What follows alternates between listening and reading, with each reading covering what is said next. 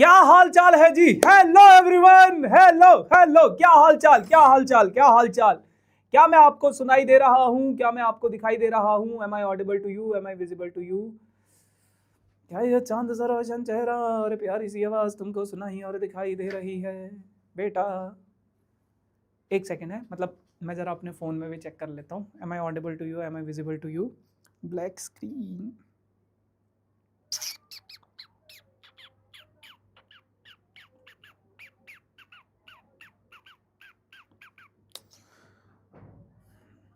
मैं जहाँ रहूं, मैं कहीं भी हूँ, तेरी याद साथ है। किससे कहूँ के नहीं कहूँ, ये जो दिल की है, कहने को साथ अपने एक दुनिया चलती है, पर चुपके इस दिल में तन्हाई पलती है। बस याद साथ है। Hello hello hello hello hello everyone, क्या हाल चाल? अरे वॉइस वॉइस वॉइस वॉइस आ रही है, वॉइस आ रही है। हेलो जी, हेलो जी, hello hello hello hello hello hello. भैया you are a soul, thank you for making match. अरे thank you so much, thank you so much Aarohi भैया। जल्दी स्टार्ट करके अरे आज जल्दी ही छुट्टी होगी भाई। आज की क्लास तुम्हारी इतिहास की सबसे छोटी क्लास होने वाली है बेटा। क्या पता 5 मिनट में ही छुट्टी कर दूं मैं तुम्हारी। क्या लगता है कुल्लू भैया, चैप्टर कब खत्म? चैप्टर आज खत्म है बेटा। आज ज्यादा देखो, आज ज्यादा नहीं है, आज ज्यादा नहीं है। आज हम करेंगे फुल मतलब बकवास, ठीक है? बकवास इन द सेंस कि 1 2 3 4 क्वेश्चन है बस, है ना? छोटे छोटे क्वेश्चन है, छोटे छोटे कंसेप्ट है। एक बस वैसे हमारा ये चैप्टर खत्म हो चुका है, बस एक वो रहता है अपना थोड़ा सा टॉपिक। ठीक है जी, ठीक है जी। चलो चलो चलो चलो। सर माने है मॉड्यूल कहाँ पर है? मजे ही मजे, क्या बात है, क्या बात है, क्या बात है। हाय भैया, कैसे हो? आई होप आप एकदम फिट फाइन होंगे भैया। उस दिन की इग्नोरिंग वाली बात के लिए मुझे प्लीज़ माफ़ कर देना। मेरा इंटेंशन आप अरे कौन से दिन की भाई, कौन से दिन की भाई? मैं भूल जाता हूँ भाई, ठीक है? बुढ़ापा आ गया भाई मेरा, ठीक है? मैं भूल जाता हूँ। अब मट्टी डालो, जो भी बात है, कुछ अगर तुमने मेरे को बुरा भला बोला होगा तो भूल गया मैं। मेरे को ये याद नहीं है मैंने आज दिन में क्या खाया था। तुम उस दिन की पता नहीं कौन सी इग्नोरिंग वाली बात कर रहे हो। Love from Uttar Pradesh, cheapest city. अच्छा, बायोरेड। अरे क्या बात है। देखो देखो, मैंने आपसे पहले भी बोला था इस चैप्टर से आप लोग एनसीईआरटी मत देखना, otherwise you will get confused. क्योंकि एनसीईआरटी में क्या है, बहुत सारी चीजें ऐसी हैं जो एग्जामिनेशन पॉइंट ऑफ व्यू से इररिलेवेंट है। जैसे एग्जाम आपके पास वैसे तो कंपोजिट फंक्शन आपके एग्जाम में नहीं आते, जैसे मैंने आपको बताया भी था लास्ट क्लास में, फॉग गॉफ वाले, लेकिन वो आपकी एनसीईआरटी में दे रखे हैं। सिलेबस अगर मैं आपको दिखाऊं, या आपने अगर देखा होगा सिलेबस क्लास 12th का, तो वहां पे कंपोजिट फंक्शन का जिक्र भी नहीं है और उससे क्वेश्चंस भी नहीं आते आपके बोर्ड्स में। लेकिन फिर भी चलो, मतलब मेरा यह है कि चलो वो चीज मैं करवा ही देता हूं आपको। वहां पे इन्वर्टिबल फंक्शंस के बारे में भी बात की गई है। इन्वर्टिबल फंक्शन आप इस चैप्टर में रेलेवेंट नहीं है। इन्वर्टिबल फंक्शन आप इनवर्स ट्रिग्नोमेट्रिक फंक्शंस में पढ़ोगे, लेकिन वो आपकी एनसीईआरटी में कुछ कुछ जगह पे वो यूज किया गया है। तो इसीलिए मैंने बोला था आप एनसीईआरटी से इस चैप्टर को मत करना। जितने सवाल, जो चीजें मैंने आपको करवाई है क्लास नोट्स, बस वो कर लो, सफिशिएंट है। इसका तो चैप्टर मॉड्यूल भी मैं सही बताऊं, मैं देता नहीं हूं जनरली इस चैप्टर का चैप्टर मॉड्यूल, बट फिर कुछ बच्चे शोर शराबा करने लग जाते हैं ना, भूख हड़ताल पे आ जाते हैं, चैप्टर मॉड्यूल नहीं दिया, चैप्टर मॉड्यूल नहीं दिया। तो मैं कहा चलो यार चैप्टर मॉड्यूल भी ले लो तुम लोग, है ना? बट जितने क्वेश्चन मैंने आपको क्लास नोट्स में करवाए हैं, that is sufficient, sufficient for this chapter. और कुछ नहीं करना है इसमें, कुछ भी नहीं करना है, ठीक है।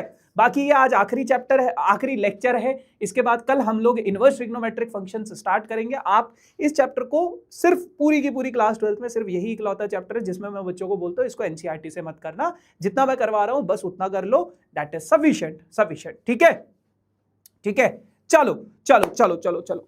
तो एक बहुत इंपॉर्टेंट और बहुत प्यारा सा सवाल आप लोगों के एग्जाम में मल्टीपल टाइम्स आया हुआ है और एनसीईआरटी का ये क्वेश्चन है। मैं थोड़ा सा, टेस्ट होगा ना भाई, अरे टेस्ट की बात तो बढ़िया करिए, ठीक है। और इस साल जो बच्चे टेस्ट दे रहे हैं ना, जो बच्चे टेस्ट दे रहे हैं लास्ट ईयर भी और इस साल भी, है ना, जो बच्चे टेस्ट दे रहे हैं बेटा, अगर आप लोगों का ड्रीम है अपने टीचर्स से मिलने का, है ना, जैसे हम लोग हो गए या फिर दिगराज सर हो गए, शोभित सर हो गए, प्रशांत सर हो गए, पर्सनली अगर इन लोगों से मिलना चाहते हो तो टेस्ट जरूर अटेम्प्ट करना, क्योंकि बहुत बड़ी चीजें हो रही है।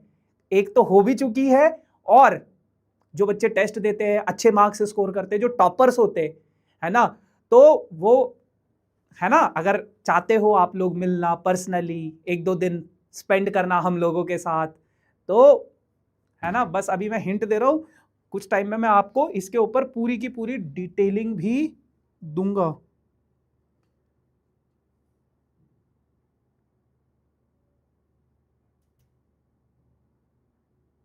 हेलो हेलो, है ना, तो कुछ टाइम में मैं इसके ऊपर आपको डिटेलिंग भी दूंगा। तो बाकी वो तो बात की बात है, पता नहीं यार, ठीक है।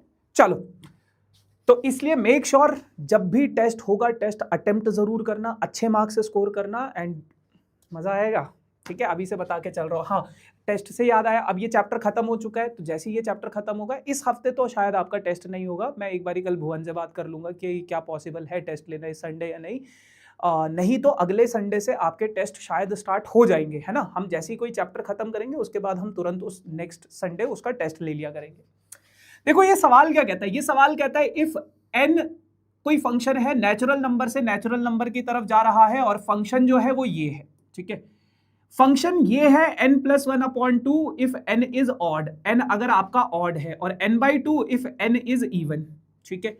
For all n belongs to n state whether the function f is bijective, justify your answer.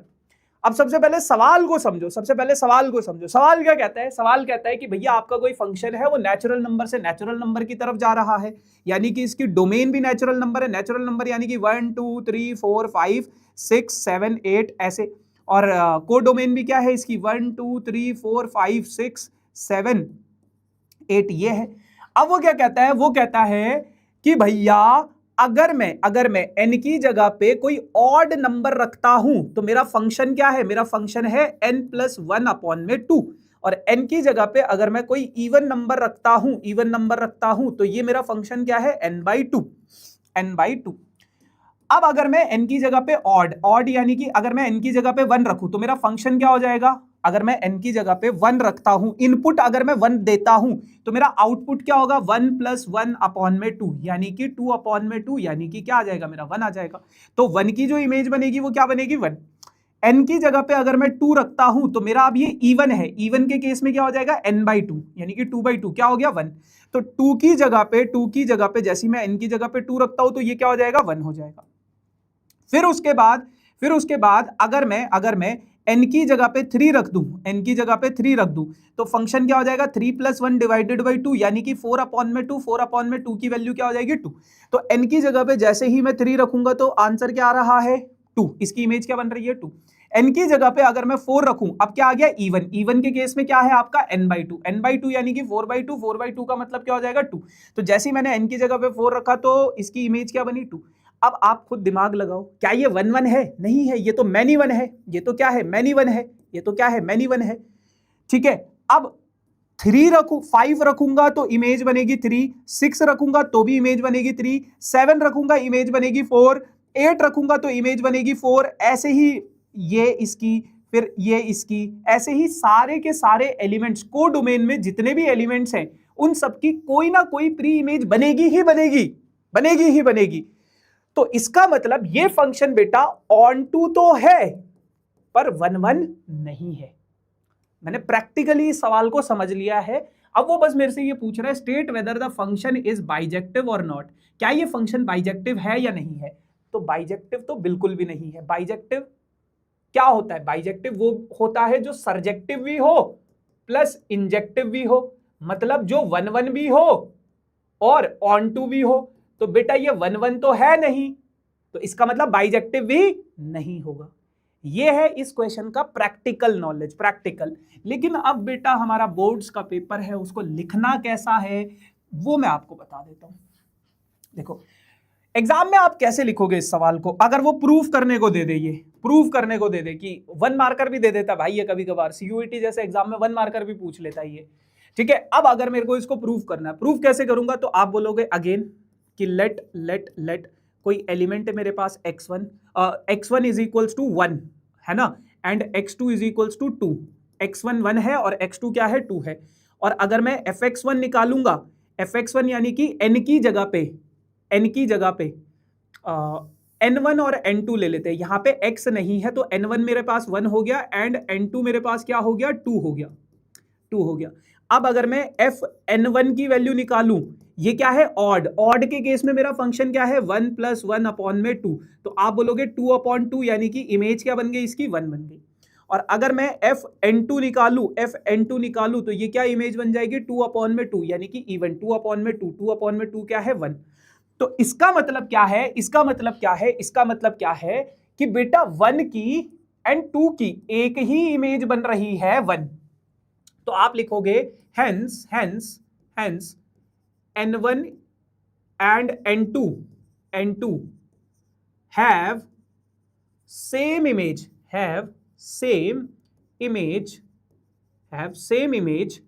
therefore function is not 1 1। तो इस कारण से ये मेरा फंक्शन क्या हो जाएगा, 1 1 नहीं होगा। इस कारण से मेरा फंक्शन क्या हो जाएगा, 1 1 नहीं होगा।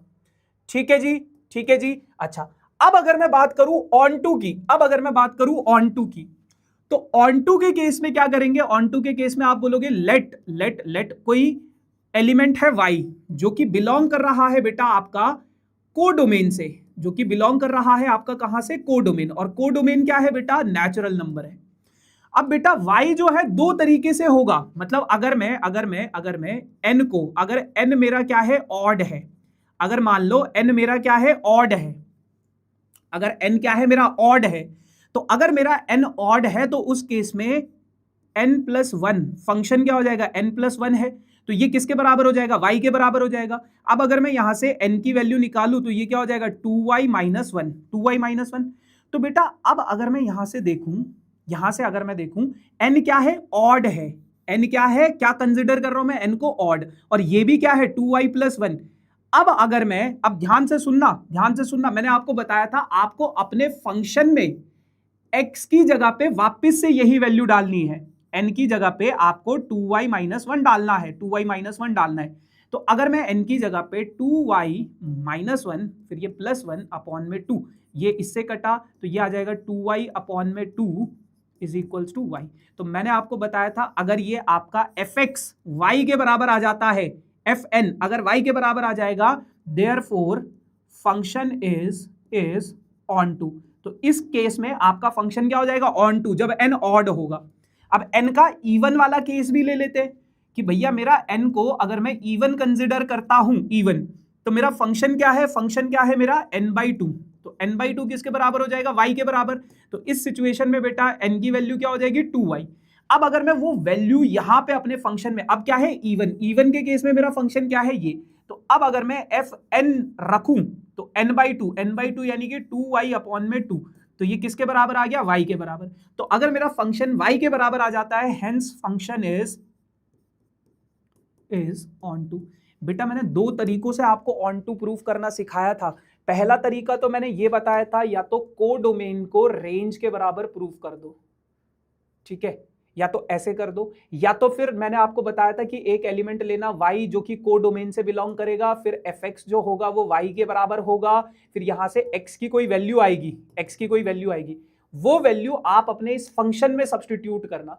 और अगर ये एफ एक्स वाई के बराबर आ जाता है तो इसका मतलब फंक्शन क्या हो जाएगा, ऑन टू हो जाएगा। यही मैंने बताया था आपको, याद नहीं होगा लेकिन 2 दिन पहले नहीं, 2 क्लासेस पहले मैंने आपको यही सेम चीज बताई थी, जब मैंने फंक्शन पहली बार पढ़ाया था, लेक्चर नंबर 4 होगा शायद, ठीक है, उसमें मैंने आपको बताया था कि 4 या 5 जो भी होगा, उसमें मैंने आपको ये चीज बताई थी, ठीक है। तो ये बहुत सिंपल सा सवाल था, ऐसे आप इसको not 1 1 and onto prove करोगे।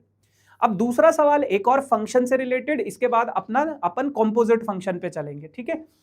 बहुत इजी सवाल है, आपको अपने इस फंक्शन को नेचुरल नंबर से नेचुरल नंबर पे है 1 1 but not onto prove करना है। तो अगर मैं अपने इस फंक्शन को देखूं बेटा, लेट मैंने बोला x1 एंड x2, 2 एलिमेंट्स लिए मैंने। अब अगर मैं fx1 निकालता हूं और fx2 निकालता हूं, दोनों को बराबर रखता हूं, fx1 यानी कि x1 का square plus x1 plus 1 is equals to x2 का स्क्वायर प्लस x2 प्लस 1, 1 से 1 कट गया।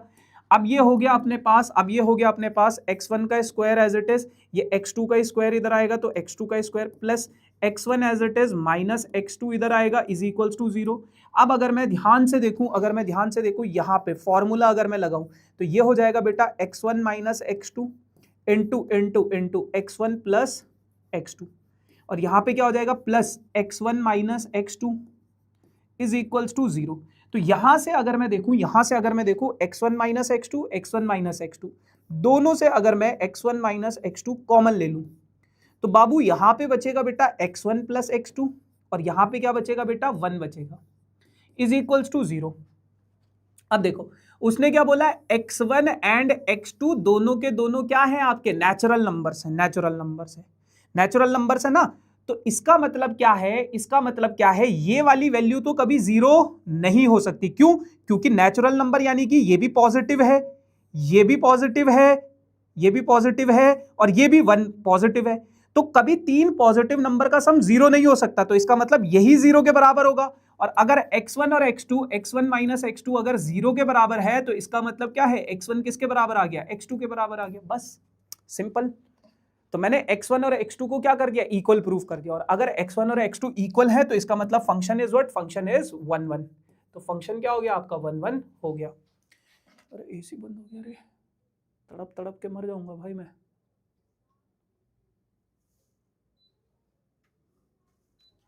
ठीक है, तो 1 1 हो गया। अब ऑन टू के लिए चेक करो, ऑन टू के लिए कैसे चेक करेंगे, उसने बोला नॉट ऑन टू प्रूफ करना है। तो नॉट ऑन टू मैं कैसे प्रूफ कर सकता हूं, अगर बेटा मैं अपने इस फंक्शन को देखूं, और जैसे मान लो 1 अगर मैं सब्स्टिट्यूट करता हूं एक्स स्क्वायर, अगर मैं 2 सब्स्टिट्यूट करता हूं -1 सब्स्टिट्यूट करता हूं, ये +2 हो जाएगा। चलो मैंने बोला लेट कोई एलिमेंट लेता हूं मैं -1 क्या है, मेरा कोड डोमेन 1 सेकेंड है, but not onto x square plus x,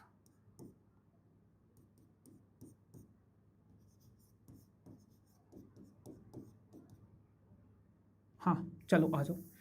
देखो लेट मैंने बोला कि मैंने कोई 1 लिया नेचुरल नंबर से, कोडोमेन से मैंने एक एलिमेंट लिया 1, और मेरा जो fx होगा वो किसके बराबर होगा, 1 के बराबर। अब fx क्या है, x square plus x plus 1 is equals to 1, 1 से 1 कट गया। अब अगर मैं यहां से x की वैल्यू निकालने की कोशिश करूं तो x प्लस 1 हो जाएगा, इन दोनों से x कॉमन ले लिया और इधर बचेगा 0। तो इसका मतलब क्या होगा, या तो x 0 के बराबर होगा या तो फिर x प्लस 1 की वैल्यू क्या होगी 0। तो यहां से x की वैल्यू क्या होगी -1। इसका मतलब क्या है कि कोडोमेन में जो 1 है, 1 2 3 4 ये नंबर्स है, कोडोमेन में जो 1 है उसकी जो प्री इमेज बनेगी बेटा वो या तो 0 बनेगी और या फिर प्री इमेज क्या बनेगी, -1 बनेगी, -1। या तो उसकी प्री इमेज क्या बनेगी, 0 बनेगी या तो -1 बनेगी। लेकिन हमारा जो डोमेन है वो क्या होना चाहिए, नेचुरल नंबर से स्टार्ट हो रहा है, 1 2 3 4। तो नेचुरल नंबर में कोई उसकी यानी कि इस 1 की कोई प्री इमेज नहीं है इस डोमेन में, तो आप लिखोगे 1 do not have any pre image, 1 do not have any pre image, any pre image in domain. तो जिस कारण से ये फंक्शन क्या हो जाएगा अपना, जिस कारण से ये फंक्शन क्या हो जाएगा अपना, नॉट वन। पहले में बाइजेक्टिव प्रूफ नहीं था बेटा, वो पूछ रहा था कि state whether the function is bijective और नॉट, क्या ये फंक्शन बाइजेक्टिव है या नहीं है, नहीं है बाइजेक्टिव। ठीक है, तो देखो इस वाले को फिर से समझो, ये 1 तो प्रूफ करना बहुत आसान है। कैसे, x1 x2 दो लो, fx1 fx2 के बराबर, इक्वेशन को सॉल्व करो, इक्वेशन को सॉल्व करो, x1 माइनस x2 अगर मैं कॉमन ले लूँ तो यहाँ पे x1 प्लस x2 और यहाँ पे बच गया 1। तो ये वाली वैल्यू कभी भी 0 के बराबर नहीं होगी। क्यों? क्योंकि x1 भी पॉजिटिव है। पॉजिटिव क्यों? x1 और x2 कहाँ से बिलोंग कर रहे हैं? नेचुरल नंबर से, डोमेन से। डोमेन क्या है? Natural number. नेचुरल नंबर यानी कि जो 1 से स्टार्ट होते हैं, तो सारे के सारे पॉजिटिव नंबर। तो नेचुरल नंबर से स्टार्ट हुआ, फिर उसके बाद जब मैंने यहाँ से x1 माइनस x2 कॉमन ले लिया, तो ये भी पॉजिटिव है, ये भी पॉजिटिव है, ये भी, तो ये वैल्यू कभी भी 0 के बराबर नहीं होगा। इसका मतलब यही वैल्यू 0 के बराबर होगी, तभी तो इनका प्रोडक्ट 0 आ रहा है। जैसे मान लो 0 × 2 क्या होएगा? 0। अब इधर वाली वैल्यू कभी 0 हो नहीं सकती, तो इसका मतलब यही तो होगा, ये वाली वैल्यू 0 होगी। जैसे दो नंबर है, x × y 0 के बराबर है, तो क्या हो सकता है? या तो x 0 के बराबर होगा या तो y 0 के बराबर होगा। अब उसने बोला y कभी भी 0 नहीं हो सकता, ये वाली वैल्यू 0 नहीं हो सकती, तो यही वैल्यू तो होगी 0। तो ये अगर 0 होगी तो ये यहां से x1 x2 के बराबर यानी कि 1 1 है। अब बेटा मैंने इस फंक्शन को थोड़ा सा देखा और मैंने बोला कि यार मैं एक काम करता हूं, जो मेरे नेचुरल नंबर है, नेचुरल नंबर क्या है? 1 2 3 से स्टार्ट होते हैं, फिर ऐसी 1 2 3, मैं इस 1 की प्री इमेज निकालना चाहता हूं, है या नहीं है। 1 की प्री इमेज निकालना चाहता हूं, है या नहीं। तो 1 की प्री इमेज कैसे निकालूंगा? जब मेरा फंक्शन x² + x + 1 ये क्या होगा? 1 के बराबर, है ना। मतलब अगर मेरे fx की वैल्यू, ये क्या है, ये क्या देता है? ये fx की वैल्यू देता है। ये वाला क्या देता है? x की वैल्यू देता है। तो fx की वैल्यू 1 के बराबर, मैं जो x की वैल्यू आएगी, जब मैं fx को 1 के बराबर रखूंगा, तो जो x की वैल्यू आएगी वो उसकी प्री इमेज होगी, 1 की प्री इमेज। तो 1 की प्री इमेज मैंने देखा, 1 की प्री इमेज तो 0 आ रही है और -1 आ रही है, और दोनों ही नेचुरल नंबर नहीं होते। तो इसका मतलब क्या है? 1 do not have any pre image. ठीक है, 1 की कोई प्री इमेज नहीं है। थोड़ा सा कंफ्यूजिंग लग सकता है आप लोगों को, बट लगना तो नहीं चाहिए आइडियली, क्योंकि हमने बहुत सारे इससे भी ज्यादा मुश्किल सवाल किए हैं। ठीक है, चलो जी, तो इसी के साथ ये 1 1 on 2 जो भी है वो सब खत्म हो गया। अब एक छोटा सा टॉपिक है कॉम्पोजिट फंक्शंस का। कॉम्पोजिट फंक्शंस क्या होते हैं उसको थोड़ा ध्यान से समझना। हालांकि बोर्ड्स में तो नहीं आएगा ये कॉम्पोजिट फंक्शन, बट ध्यान से सुनना। जैसे कॉम्पोजिट फंक्शन क्या होता है? जब एक से ज्यादा फंक्शन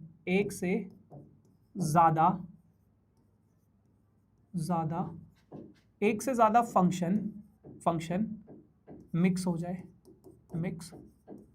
जाए।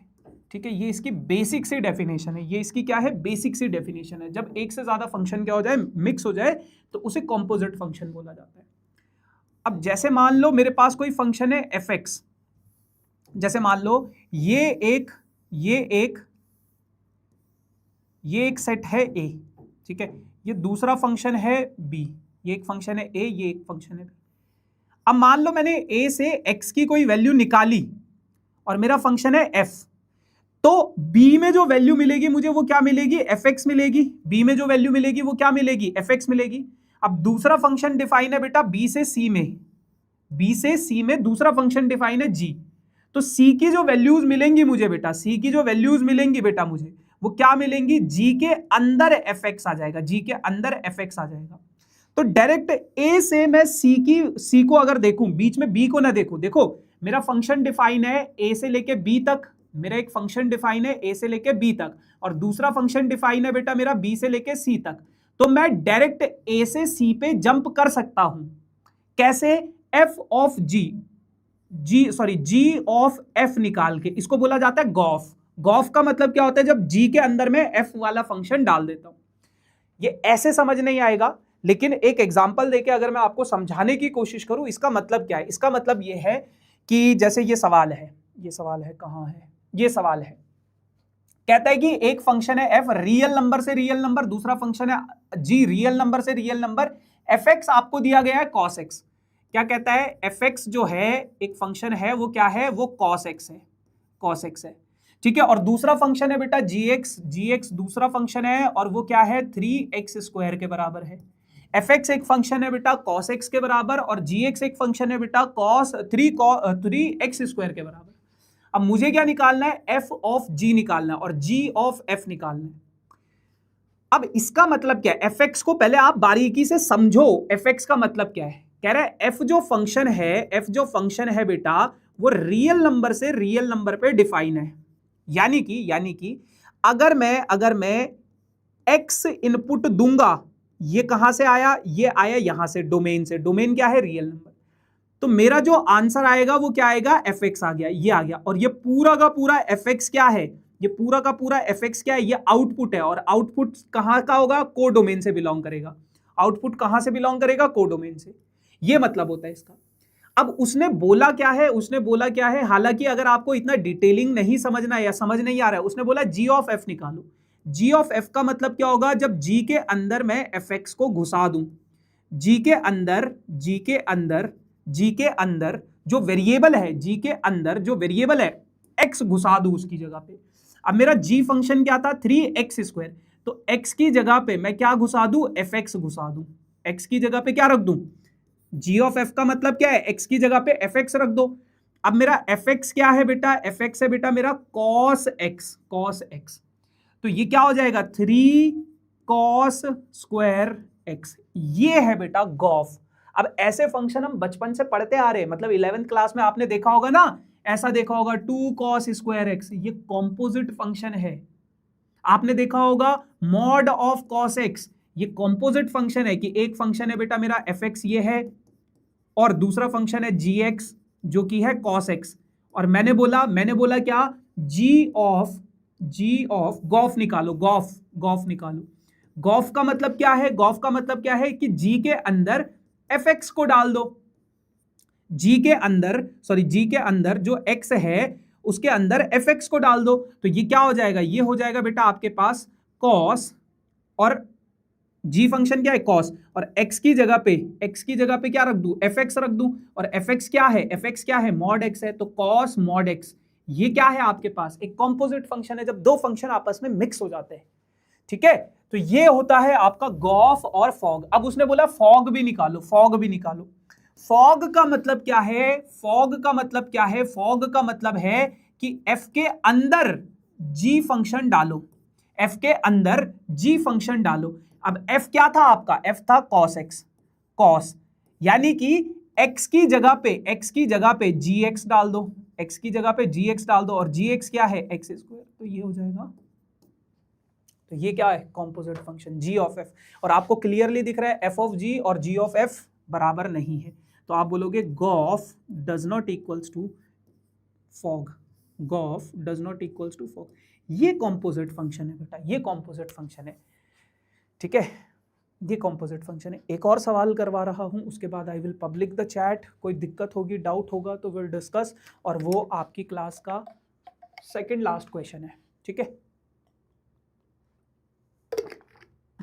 उसके बाद एक छोटा सा सवाल और है फिर ये खत्म। अब जैसे ये सवाल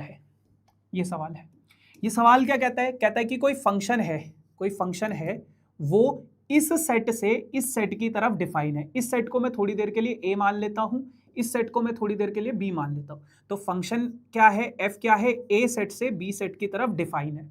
और दूसरा फंक्शन है बेटा g, ये तो क्या है मेरा, ये यही वाला b है, और ये क्या है, इसको मैं थोड़ी देर के लिए c मान लेता हूं। और g जो है बेटा वो कहां से कहां की तरफ डिफाइन है, b से लेके c तक डिफाइन है।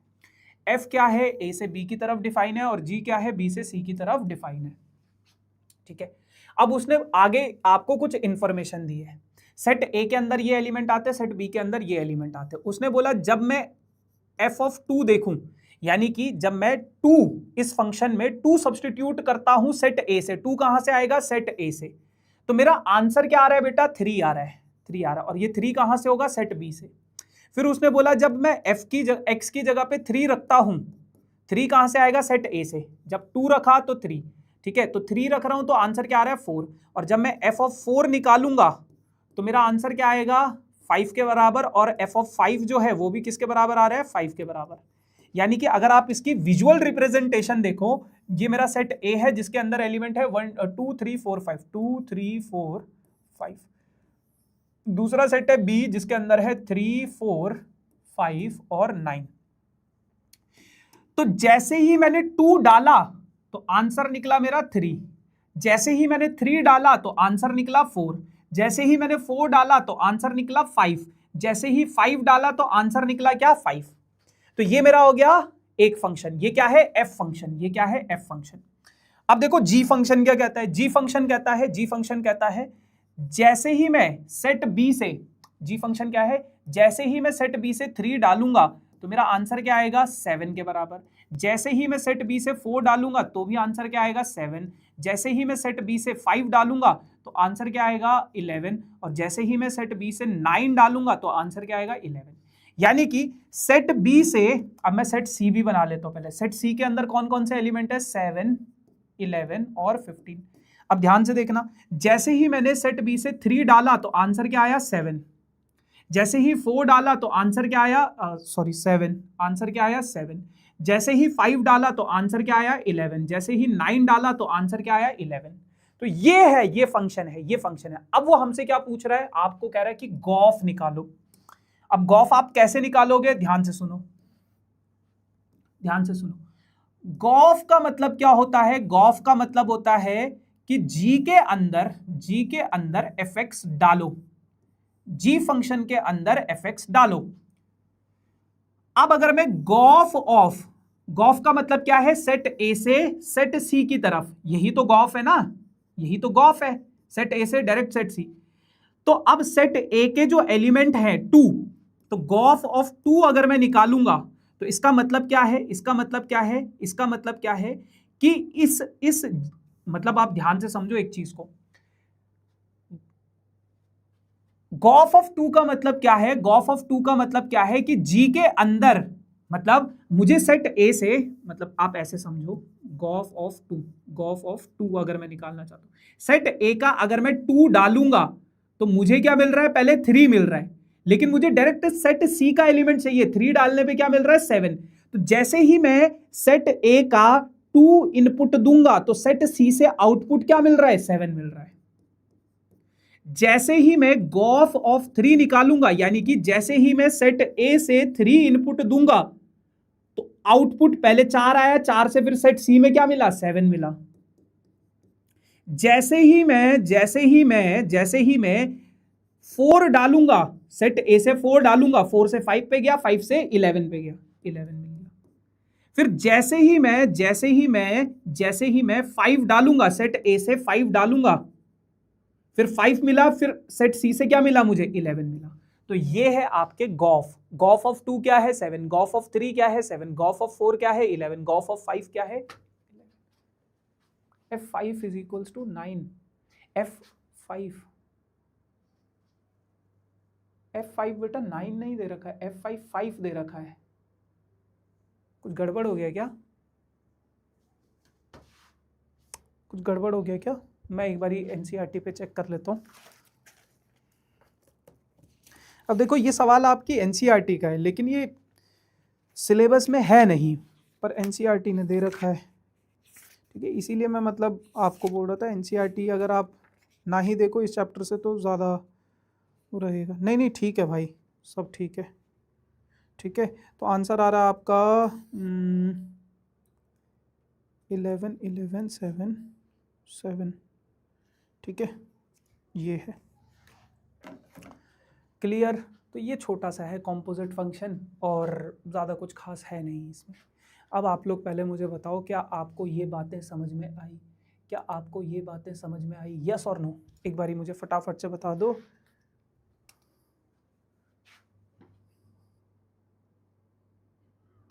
भैया मैं,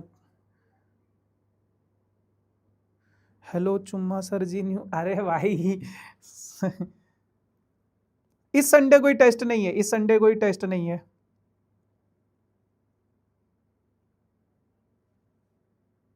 अरुण, जो आप डाउट पूछ रहे हो बेटा, वैसा एक सवाल मैंने करवाया है, नॉट एग्जैक्टली सेम बट वैसा एक सवाल मैंने करवाया है ना, वैसा एक सवाल मैंने करवाया है। फंक्शन का जो फर्स्ट लेक्चर था, शायद फोर्थ वाला, लेक्चर नंबर 4 देखना आप, 4 या 5 में से। क्लियर?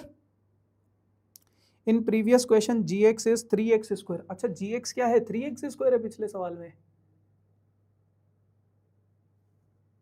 अच्छा, मैंने यहाँ पे x स्क्वायर लिख दिया, ये लो ये लो ये लो ये लो, gx इज 3, तो x की जगह पे 3x स्क्वायर, ये तो cos 3x स्क्वायर, ये हो जाएगा।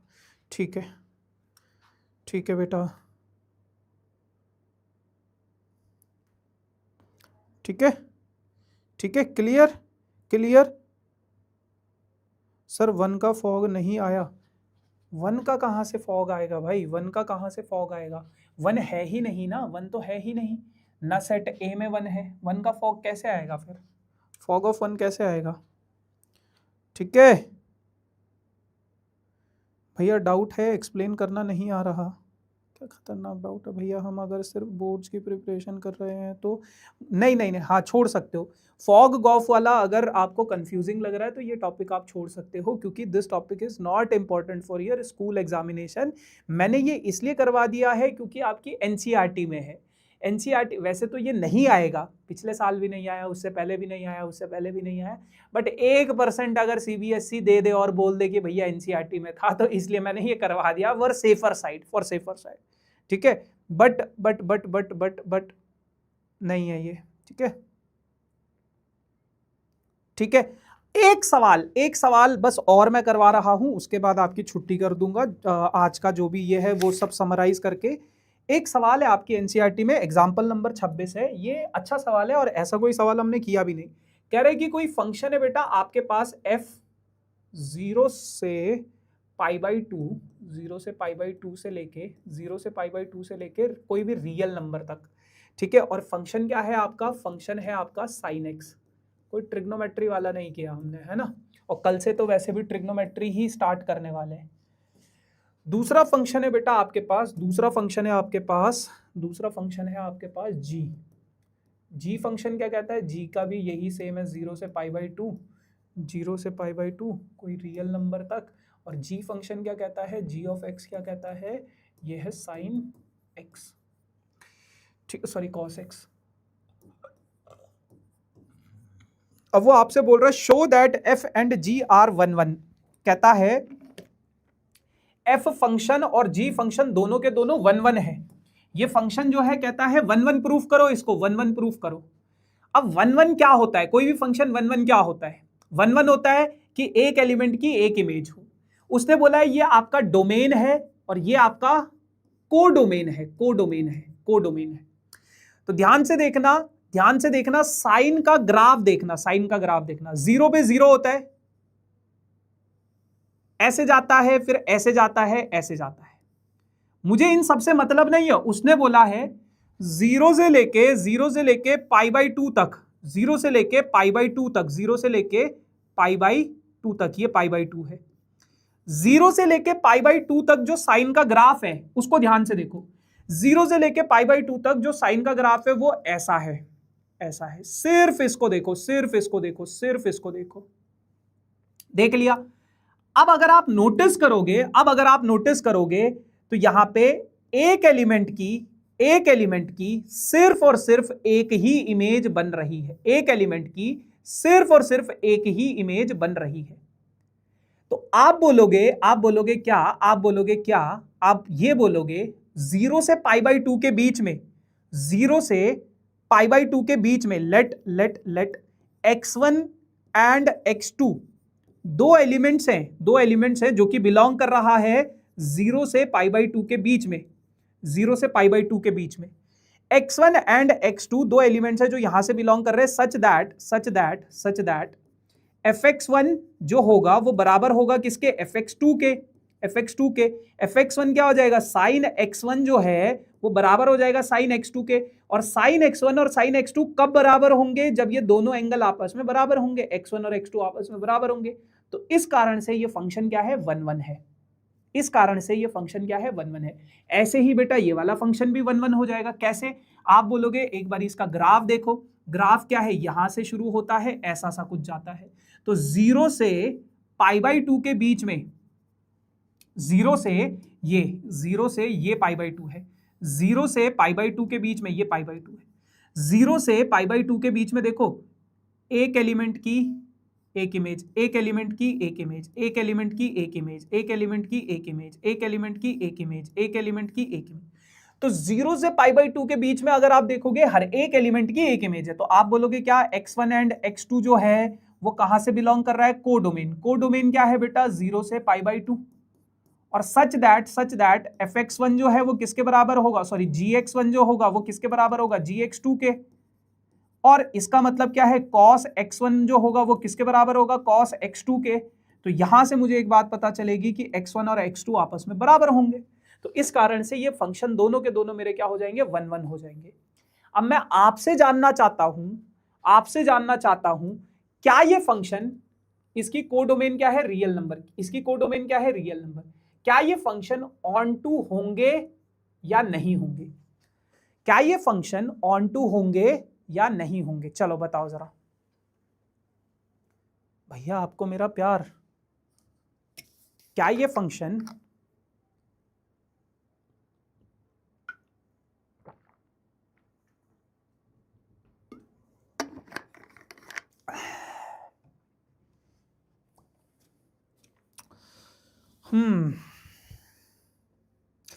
अरे रक्षिता डागर बेटा, फर्स्ट क्वेश्चन में हमें बाइजेक्टिव प्रूफ नहीं करना है। किसने बोला बाइजेक्टिव प्रूफ करना है? बाइजेक्टिव उसने पूछा है हमसे कि क्या वो बाइजेक्टिव होगा या नहीं होगा, तो नहीं होगा बाइजेक्टिव।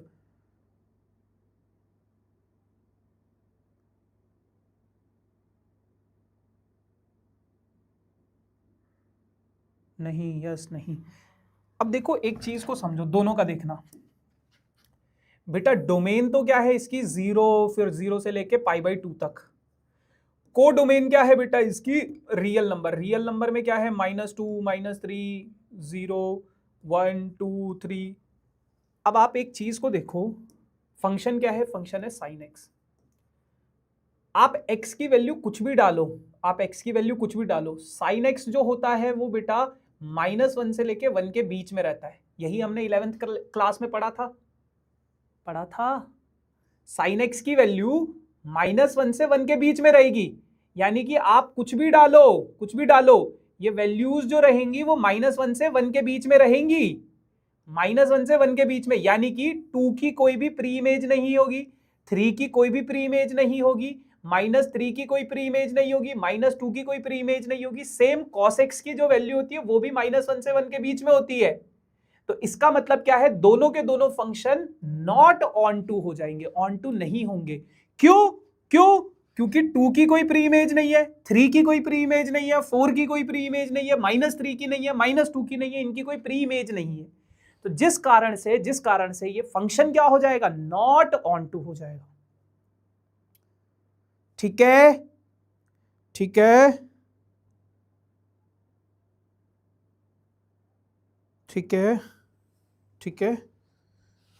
Got it. अब इसी में ना उसने एक और चीज पूछी है, कि क्या f प्लस जी, एफ एक्स तो आपका साइन एक्स है, जी, क्या ये फंक्शन 1 1 होगा या नहीं होगा? क्या ये फंक्शन 1 1 होगा या नहीं होगा? अब f प्लस जी का केस देखो, और क्या है? फंक्शन वही है, 0 से π/2 से लेके रियल नंबर तक। क्या ये फंक्शन 1 1 होगा या नहीं होगा?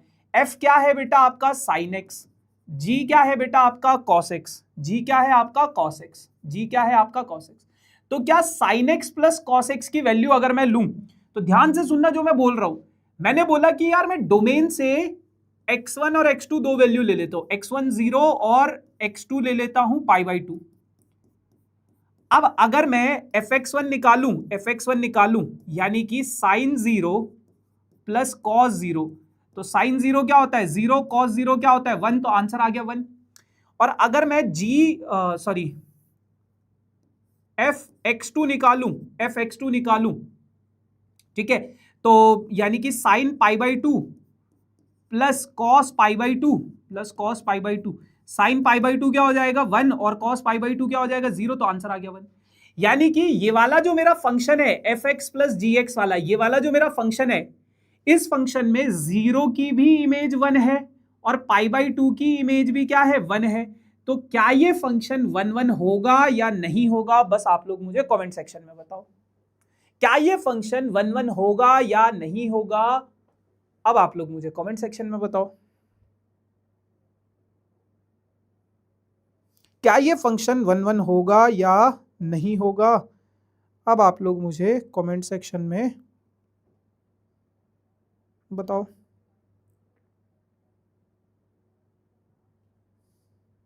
नहीं होगा, है ना, नहीं होगा। ये फंक्शन 1 1 नहीं होगा। क्यों नहीं होगा, क्यों नहीं होगा ये फंक्शन 1 1 नहीं होगा, क्यों? क्योंकि दो दो एलिमेंट्स की एक ही इमेज बन रही है। Clear, clear. अब आप लोगों का थोड़ा सा एक टेस्ट लेना चाहता हूं मैं, आप लोगों का एक टेस्ट लेना चाहता हूं। क्या है आपके पास फंक्शन है बेटा, आपके पास साइन एक्स फंक्शन है, आपके पास साइन एक्स, ठीक है।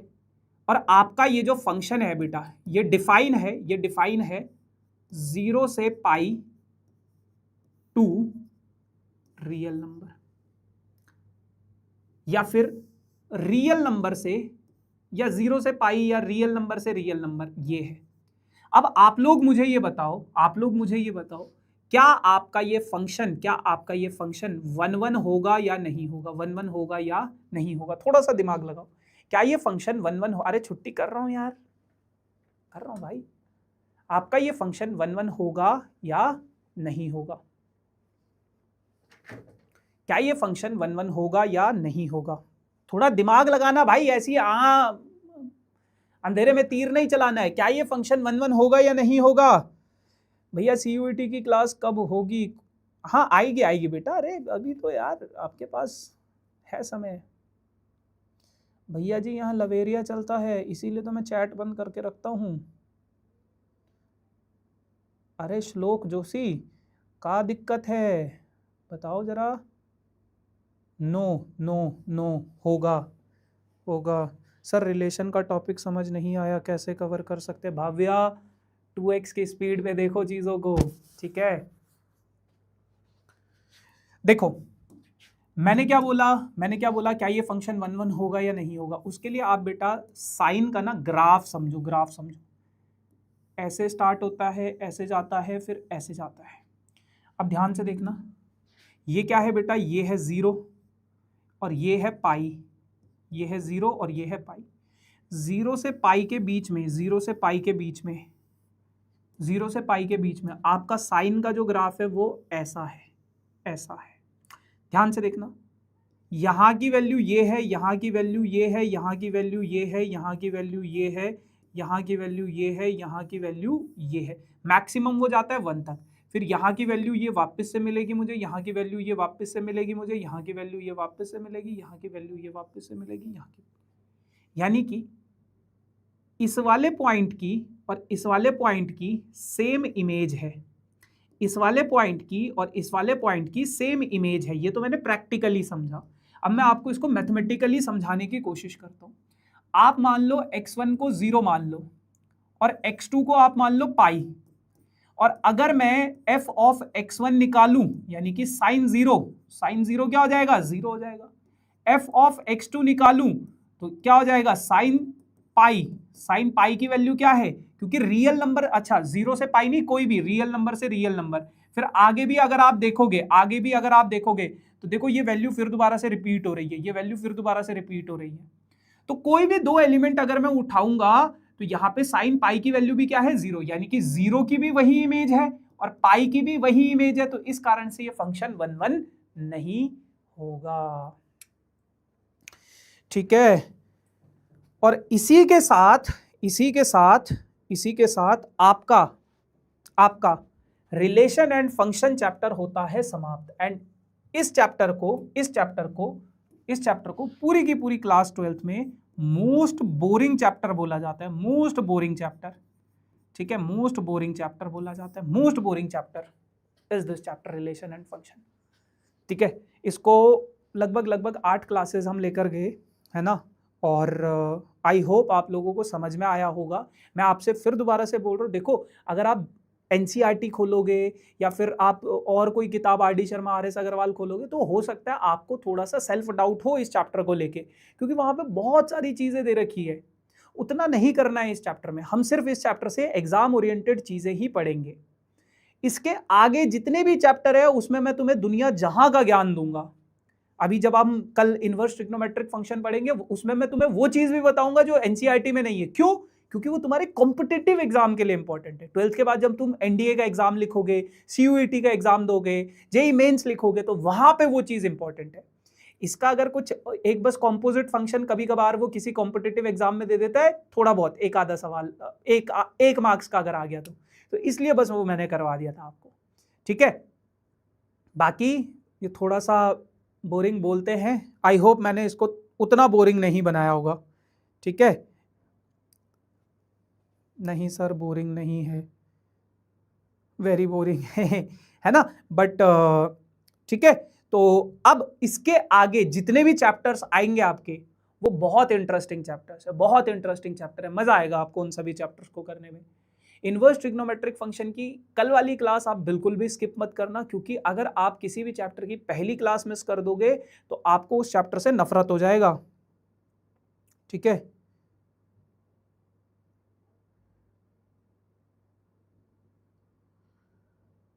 मैट्रिसेस यार देखो, मैट्रिसेस मैं भी करवाना चाहता हूं कि मैट्रिसेस हो, बट इनवर्स ट्रिग्नोमेट्रिक फंक्शन पहले पढ़ते हैं। वो 4 से 5 क्लासेस का चैप्टर है, जल्दी खत्म हो जाएगा। मैट्रिसेस थोड़ा बड़ा है, इनवर्स ट्रिग्नोमेट्रिक फंक्शन पहले खत्म कर लेते हैं फटाफट। वो मेरे को लगता है शायद फर्स्ट वीक ऑफ अप्रैल में खत्म हो जाए, वो सॉरी क्या आता है, मई, फर्स्ट वीक ऑफ मई में वो खत्म हो जाएगा, 5-6 मई को वो खत्म हो जाएगा। ठीक है, 7-8 जो भी होगा, तो उसके बाद अपन वो करेंगे। ठीक है भैया, मैंने आर एस अग्रवाल बुक ली है, but few people told me कि आर डी शर्मा चाहिए थी, क्या करूँ, सेल्फ डाउट। कोई दिक्कत नहीं है वैष्णवी, कोई दिक्कत नहीं है, आर एस अग्रवाल भी कर सकते हो। वैसे 11th में आपने अगर आपने एनसीईआरटी के अलावा कोई और रेफरेंस बुक की है तो फिर तो आप 12th में भी कर लोगे, लेकिन अगर 11th में ही आपने सिर्फ एनसीईआरटी खत्म नहीं कर पाई या सिर्फ एनसीईआरटी करी है तो फिर 12th में भी नहीं। सिलेबस ही बहुत ज़्यादा है, आप देखो ना, फिजिक्स के इतने सारे चैप्टर्स, केमिस्ट्री के इतने सारे सिलेबस, मैथ्स का इतना सारा सिलेबस। इंसान 11th-12th में एनसीईआरटी कर ले वही सफिशिएंट हो जाता है भाई। इसीलिए 11th-12th की जो एनसीईआरटी है ना वो अलग है बेटा, वो 9th-10th जैसी नहीं होती है। 11th-12th की जो एनसीईआरटी होती है उसमें बहुत सारी चीज़ें हैं, बहुत सारे अच्छे अच्छे सवाल है। ठीक है, एनसीईआरटी करो। देखो मैं तुम्हें रियलिटी बताता हूँ, मैं कहाँ से क्वेश्चंस देता हूँ, कहाँ से क्वेश्चंस मैं रखता हूँ। एक ये एनसीईआरटी की किताब है, दूसरा चलो बुक तो खैर क्या है, दूसरा ये है मेरा एक स्टडी मटेरियल है ना।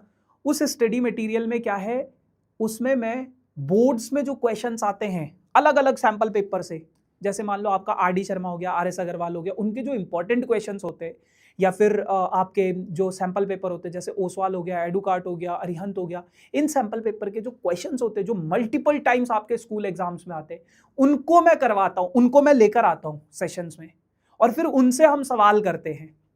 ठीक है, उनके हम प्रैक्टिस करते हैं। मैं आपको प्रॉमिस कर रहा हूं बेटा, आप बस इतना कंटेंट फॉलो करो, और उसके अलावा अगर आपको ज्यादा और चाहिए तो चैप्टर मॉड्यूल्स आप कर लो। ठीक है, बट चैप्टर मॉड्यूल से पहले आप एनसीईआरटी जरूर करना, इस चैप्टर को छोड़ के। आगे जब हम इनवर्स ट्रिग्नोमेट्रिक फंक्शन करेंगे, जितना मैं क्लास में करवाऊंगा उसके अलावा एनसीईआरटी कर लेना, that will be sufficient for you, sufficient. और ये हर चैप्टर की कहानी है, जितना मैं क्लास में करवा रहा हूं उसके अलावा एनसीईआरटी कर लो, that will be sufficient for you. उससे ज्यादा तुम कर भी नहीं पाओगे, और अगर करना ही है तो चैप्टर मॉड्यूल और कर लेना। कोई किताब खरीदने की आपको जरूरत नहीं है, ट्रस्ट मी, किताब खरीदोगे वो पैसा बर्बाद है आपका, क्योंकि वो आप कर ही नहीं पाओगे। ठीक है, तुम अगर इतना जितना मटेरियल मैं तुम्हें दे रहा हूं आप उतना कर लो, दैट विल बी सफिशिएंट। ठीक है, चलो। सो इसी के साथ अगर किसी को भी इस चैप्टर में, पर्टिकुलर चैप्टर में कोई दिक्कत है, कोई प्रॉब्लम है, तो कोशिश करना इसको फिर दोबारा से देखो। अगर किसी बच्चे का इस चैप्टर में बैकलॉग लग गया है तो अब कोई दिक्कत नहीं है, मतलब अब आप इसको बैकलॉग को कंप्लीट करने मत लगना, अब स्किप कर दो और जो नया चैप्टर कल से स्टार्ट होगा उस पर फोकस करना। इसकी बैकलॉग आप बाद में कंप्लीट कर लेना, वरना एग्जाम आते आते ये चैप्टर भूल जाओगे। ठीक है, अगर किसी बच्चे को ऐसा है कि ये चैप्टर में बैकलॉग बन गया है तो इसको तब करना जब आपके स्कूल एग्जाम में ये चैप्टर आएगा, तब उसको 2x पे देख लेना, नोट से प्रैक्टिस कर लेना, है ना, तब करना। बाकी बैकलॉग लग गया, अब बैकलॉग कंप्लीट करने मत बैठ जाना। अब नया जो चैप्टर है इनवर्स ट्रिग्नोमेट्रिक फंक्शन, कोई लेना देना नहीं है इस चैप्टर का, किसी भी चैप्टर से कुछ लेना देना नहीं है पूरी ग्रेड 12th में, है ना। तो आप लोग बस अब जो नया चैप्टर होगा आप उससे स्टार्ट करना, ठीक है जी। चलो ठीक है, और एक बच्चा जैसे लिख भी रहा है, डाउट है एनसीईआरटी का एग्जाम्पल नंबर 18, मैं आपसे बोल रहा हूँ ना, मत करो भाई। एनसीईआरटी इस चैप्टर से करना चाहो तो देखो कर लो, बट मैं आपको सजेस्ट करूंगा स्किप कर दो, क्योंकि बहुत इररिलेवेंट क्वेश्चंस, बहुत जो आपके स्कूल एग्जाम के लिए भी इंपॉर्टेंट नहीं है वो भी दे रखा है इस चैप्टर में। ठीक है, चलो, so thank you so much for the